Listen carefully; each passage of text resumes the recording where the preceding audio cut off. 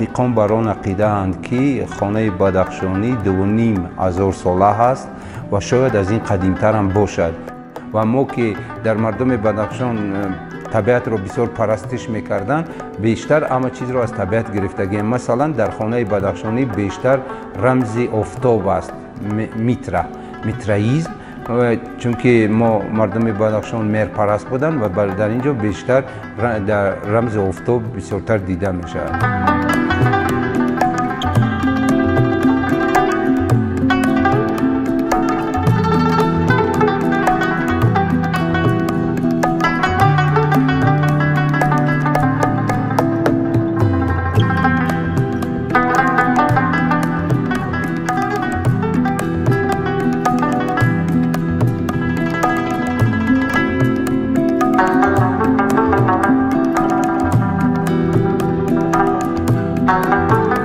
رسم و رسوم‌های زیادی هستند وابسته به این که وقتی که مثلا عروس و داماد را میبیارند، عروس را برای یعنی ارواح او را قبول کنند، اول یک طعام مخصوصی چکشی را که میپختند گردی شاهستون 3 دور میزدن به خاطر آنکه گویا که روی ارواح در اما شاهستون است و ارواح عروس را قبول کنند و عروس دیگر از خانه نبراید.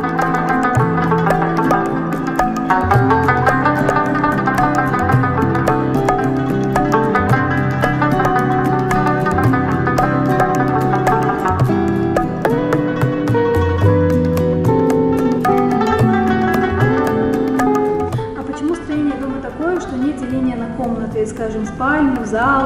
مردم بدخشان به مانند آریایی‌های قدیم یا زردشتیان قدیم از همه مهم برای مردم بدخشان این پندار نیک بود و وقتی که اگر پندار نیک باشد گفتارم نیک می شود، کردارم نیک می شود و برای همین با پندار نیک تازه‌ای که داشتن آنها یک جا و در یک خانه زندگی میکردن. حاضر خانه بدخشانی که به طلبات جوابگو نیست، به طلبات جوانان جوابگو نیست، آنها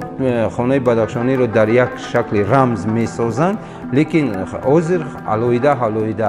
و یک چیز دیگر خیلی مهم است که در بدخشان تمام رسم و رسوم از تولد کودک، مراسم توی، مراسم ماتم و دیگر رسم و رسوم ها، حتی نماز هم در داخل خانه می خوانند، چون که خانه برای ما هم یک جای مقدس است. خانه بدخشانی اگر از بین رود تمام رسم و رسوم ما چی میشه؟ تغییر می‌یابد. البته تاثیر جانشوی بسیار